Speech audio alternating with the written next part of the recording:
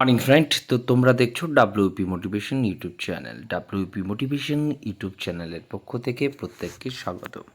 তো বন্ধুরা, আজকে তোমাদের জন্য ভিডিওটা সত্যি একটা গুরুত্বপূর্ণ একটা ভিডিও হতে চলেছে। তো অবশ্যই তোমাদের কালকে আমি বলে দিয়েছিলাম যে আজকে তোমাদের জন্য কিন্তু এক্সাইজ যারা প্রার্থী রয়েছে মেনলি, অর্থাৎ এই যে রিক্রুটমেন্টটা তোমাদের সামনে রয়েছে, recruitment to the post of excise constable including lady excise কনস্টেবলের, ঠিক আছে। তো এটা তোমরা জানো, তোমাদের কিন্তু পিভিআর তোমরা সাবমিট করেছো। এবার তোমাদের পরবর্তী যে পিভিআর এবং মেডিকেল দুটোই তোমাদের কমপ্লিট হয়ে গেছে। এবার পরবর্তী যে তোমাদের স্টেপ সেটা রয়েছে যে ডিআইবি, অর্থাৎ ঠিক আছে। তো পুলিশ ভেরিফিকেশান যে ফর্মটি তোমরা ফিল আপ করেছো তার যে সঠিক কী না সেটা দেওয়ার জন্য কিন্তু ডিআইবির একটা ভেরিফিকেশানস হয়, ঠিক আছে। তো আজকে তোমাদের ডিআইবি কীভাবে হবে, কবে থেকে হবে, পুরো স্টেপ বাই স্টেপ তোমাদের কিন্তু আলোচনা করছি। আমার চ্যানেলে যদি নতুন হয়ে থাকো অবশ্যই চ্যানেলটিকে সাবস্ক্রাইব করে রেখে পাশে বেল আইকনটাকে প্রেস করে রাখতে ভুল করো না, এবং অবশ্যই নোটিফিকেশনটিকে অল করে রেখো, যাতে নিত্য নতুন চাকরির আপডেট যেগুলি প্রোভাইড করি সেগুলি যাতে সবার আগে পেতে চাও অবশ্যই আমার চ্যানেলের সাথে বন্ধুরা যুক্ত থাকতে ভুল করো না। ওকে, তো তোমাদের চলো আগে দেখিয়ে দিই যে তোমাদের ডিআইবি কবে থেকে স্টার্ট হচ্ছে। তো বন্ধুরা, তোমাদের নেক্সট উইকের 13 তারিখ থেকে কিন্তু তোমাদের ডিআইবির কিন্তু স্টার্ট হয়ে যাচ্ছে, অর্থাৎ ডিআইবি অফিসে তোমাদের ভেরিফিকেশান স্টার্ট হয়ে যাবে, ঠিক আছে। তো কিভাবে তোমাদের করানো হবে সেটা নিয়ে আজকে আলোচনা করছি, ঠিক আছে। যে ডিস্ট্রিক্টেই হও না কেন, তার আগে অনেকে পোস্টিং নিয়ে আমাকে জানতে চেয়েছিল তোমাদের জন্য। তো কারোর বাড়ি হয়তো নদিয়া, ঠিক আছে, তার হয়তো খড়গপুরে হয়তো তার ডিভিশনে পোস্টিং পড়েছে। এবার তার বক্তব্য হচ্ছে যে আমি নদিয়ার হয়ে খড়গপুরে, মানে দেখো আমি একটা কথা তোমাদের ক্লিয়ার কাট বলে দিই, যে ডিস্ট্রিক্ট থেকেই বিলং করো না কেন, যার যেখানে পোস্টিং ফেলা হয়েছে, ঠিক আছে, সেইখানে কিন্তু পোস্টিং তার হবে। ওকে, এবার নদিয়া থেকে তোমাকে পিভিআর ডিআইবি সমস্ত কিছু নদিয়া জেলাতেই হবে। তোমার আফটার যখন যেটা নভেম্বর থেকে তোমাদের শুনছি, মানে যতটা আপডেট আমার কাছে রয়েছে, পার্টিকুলারভাবে কোনো ডেট মেনশন করব না, তবে নভেম্বরে তোমাদের কিন্তু যে মানে ডিভিশনে যার যেটা তাকে কিন্তু অ্যালটমেন্ট করা হবে, তারপরে কিন্তু ডিসেম্বরে তোমাদের ট্রেনিং করানো হবে। তো এই যে তোমাদের প্রসেস, সেটা কিন্তু এই গোটা নিয়ে যে জেলার মানে রেসিডেন্ট সেই জেলা থেকে কিন্তু প্রসেস করানো হবে। তোমাদের কিন্তু ট্রেনিং সেটা কিন্তু পরে অ্যালটমেন্ট হবে। পোস্টিং যার যেখানে পড়েছে তাকেই কিন্তু সেইখানেই পোস্টিং ফেলতে হবে, তাকে কিন্তু সেখানেই ডিউটি করতে হবে, সে তার হোম জেলাতেই পড়ুক কিংবা তার বাইরেই পড়ুক। আশা করি আমি বলতে পারলাম।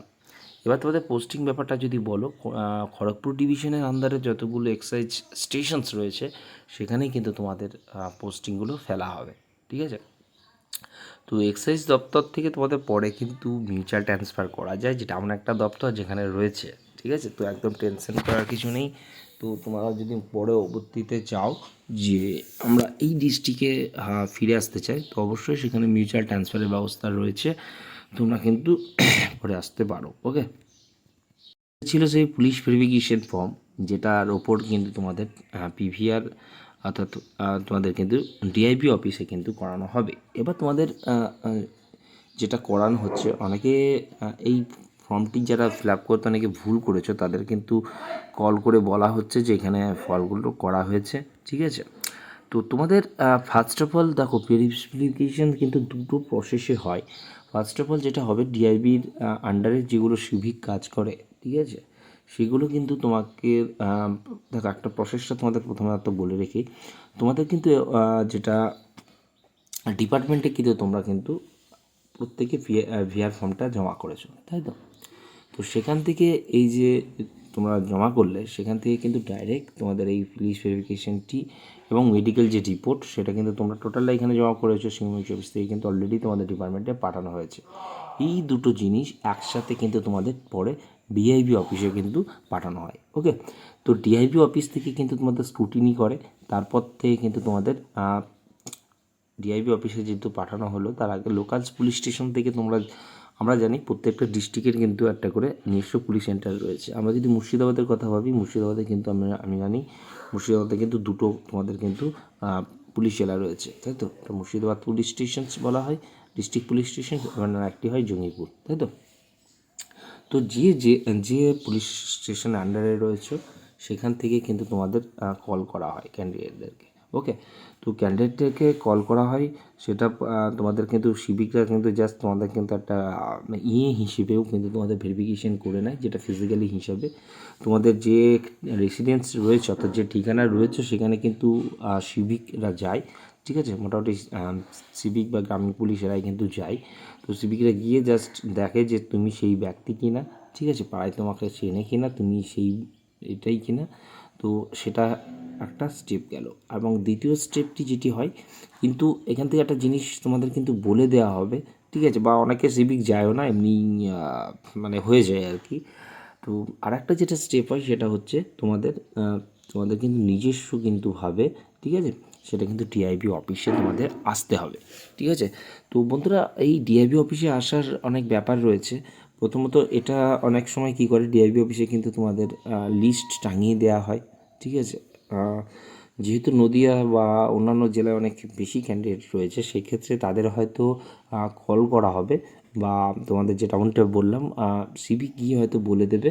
হয়তো ধরো যে সানডে হয়তো ফোন করলো যে মঙ্গল বা বুধবারে তোমাদের ডিআই হবে, তো তোমরা কিন্তু ডিআইবি অফিসে চলে আসবে। কী কী ডকুমেন্টস নিয়ে যেতে হয় তারা কিন্তু পার্টিকুলারলিভাবে মেনশন করে দেয়।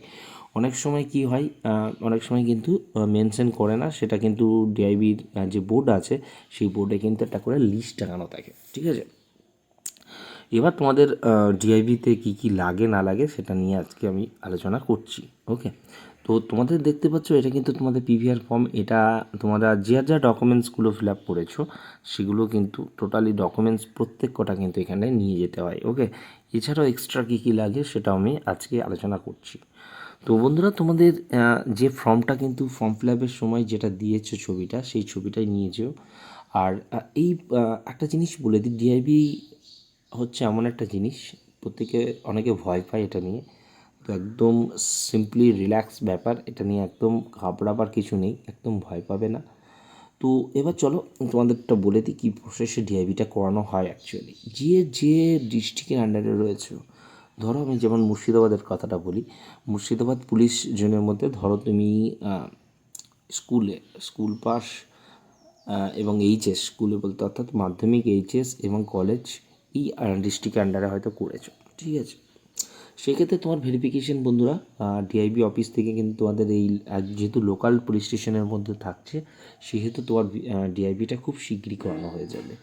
আর ধরো কেউ অন্য ডিস্ট্রিক্টে করলো, তথা ধরো আমি কথাই বলছি, কেউ এমপি বা এমপিটা হয়তো মুর্শিদাবাদে করলো, নদিয়ায় গিয়ে হয়তো এইচএস বা কলেজ করলো, সেক্ষেত্রে ধরো তার কৃষ্ণনগর ডিআইপি তার প্রথমে এইখানকার ডকুমেন্টস অ্যাপ্রুভ হওয়ার পর তোমাদের কিন্তু নদিয়ার কৃষ্ণনগরে কিন্তু পাঠানো হয়, সেখান থেকে কলেজ ভেরিফাই হয়, তারপরে কিন্তু তোমাদের টোটালটা আসে, আবার কিন্তু মুর্শিদাবাদ ডিআইবি অফিসে পাঠানো হয়, ঠিক আছে। তো সেক্ষেত্রে বুঝতে পারছো এটা প্রসেসিং তোমাদের কিন্তু যথেষ্ট টাইম লেগে যায়।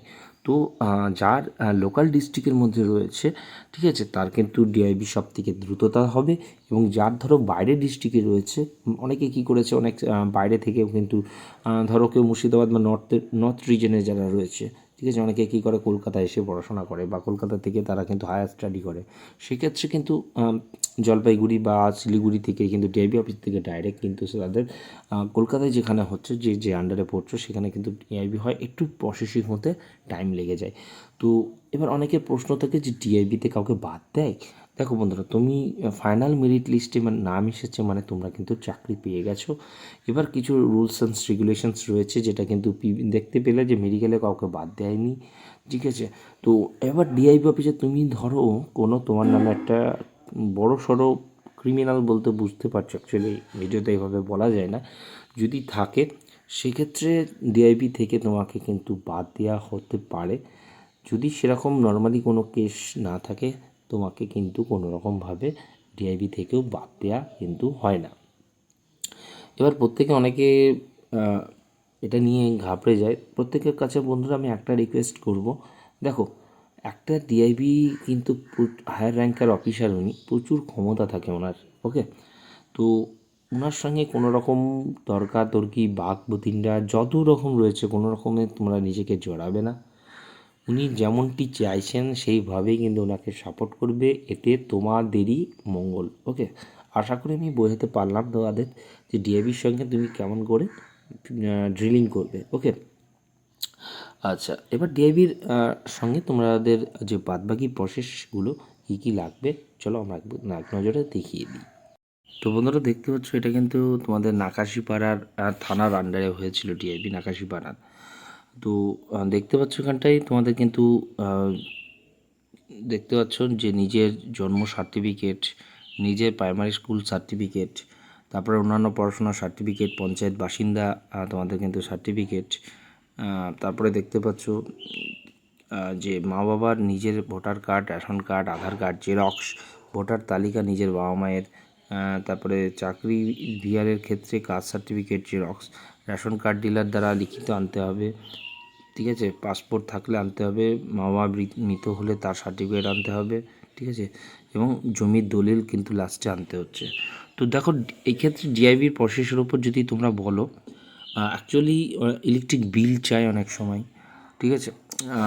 এটা ডিআইবির ওপর নির্ভর করে তোমাকে কীরকম করে ভেরিফিকেশনস করানো হয়। অ্যাকচুয়ালি এটা ডিআইবির আর টোটালটা নিজের হাতে থাকে, উনি যেমনটি মনে করবেন উনি কিন্তু তেমনটিই তোমাদের সঙ্গে করা হয়। ওকে, তো প্রত্যেকে বলছে অনেক জায়গায় এত কিছু ডকুমেন্টস লাগে না, ঠিক আছে। অনেকে স্কুল লিভিং সার্টিফিকেট থাকে না, তোমার মাধ্যমিক অ্যাডমিট থাকলেও হয়, বা তোমাদের বোর্ড সার্টিফিকেট দেখালেও হয়। অনেকে কলেজ লিভিং সার্টিফিকেট অনেক অনেক ডিআইবি থেকে চাওয়ায়, অনেক ডিআইবি থেকে চাওয়ানো হয় না। দেখো বন্ধুরা একটা জিনিস ক্লিয়ার কাট বলে দিই, কোন জেলায় কোনো রকমভাবে বলতে পারা যায় না যে এই জেলায় পার্টিকুলার এমনটি লাগে বা লাগে না। এটা ডিআইবির নিজস্ব একটা কিন্তু অপিনিয়ন। তো ডিআইবি উনি যেমনটি তোমাদের মনে করা হবে উনি কিন্তু সেইভাবেই তোমাদের টোটালটা কিন্তু ডিআইবির যে প্রসেস সেটি কিন্তু করাবেন, এবং অবশ্যই তোমাদের সঙ্গে যেমনটি হিসাবে করানো হবে তোমাদেরকেও কিন্তু হ্যাভ টু সাপোর্ট হিম বা হার।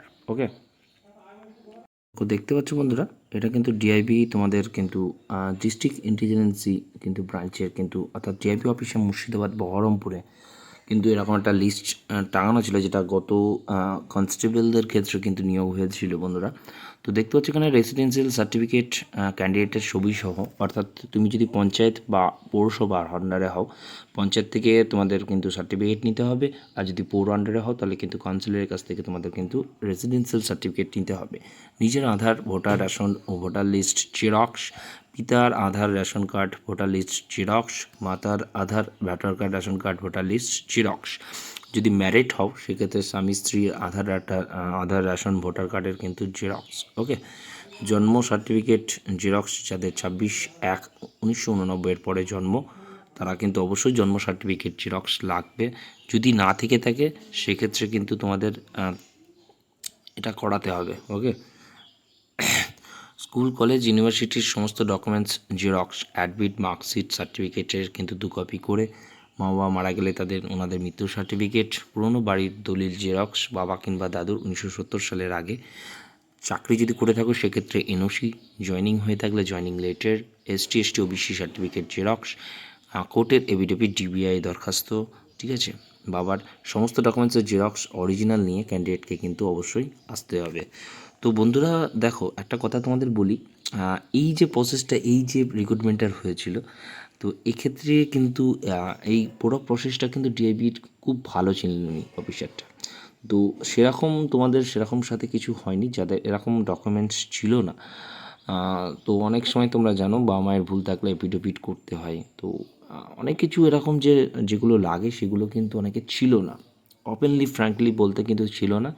সেক্ষেত্রে কিন্তু অ্যাডজাস্ট হয়েছিল, ক্যান্ডিডেটদের সঙ্গে কিন্তু অ্যাডজাস্ট হয়ে গেছিলো। ওকে, তো প্রত্যেকের কাছে অনুরোধ করবো এটাই, দেখুন ডিআইবির কিন্তু ওনার প্রচুর ক্ষমতা থাকে, উনি কিন্তু তোমার জবটাকে অনেকটা স্লো করে দিতে পারেন, ঠিক আছে। তো প্রসেসটা হতে কিন্তু ওনার হাতে যেহেতু থাকে, সেক্ষেত্রে আমি বন্ধুরা সাজেস্ট করবো এটাই, অবশ্যই ডিআইবির সঙ্গে কোঅপারেট থাকবে, সেইভাবেই কিন্তু তোমরা কিন্তু তোমাদের প্রসেসটা ততটাই দ্রুততার সাথে হবে, যতটা তুমি ডিআইবিকে যতটা সাপোর্ট করবে। আর কাস্ট সার্টিফিকেটদের ক্ষেত্রে বলছি, এটা বলতে আমি ভুলে গেছিলাম অ্যাকচুয়ালি, এসটি এসটি ওবিসি যারা কাস্ট সার্টিফিকেট রয়েছে সেটা যদি হোম এতে হয় অ্যাকচুয়ালি যেমন দেখালাম তোমাদের লোকাল ডিস্ট্রিক্টের আন্ডারে থাকে, সেক্ষেত্রে বন্ধুরা তোমাদের কিন্তু ওইখান থেকেই কিন্তু অটোমেটিকলিভাবে এটা হয়ে যায়, ভেরিফাই হয়ে যায়।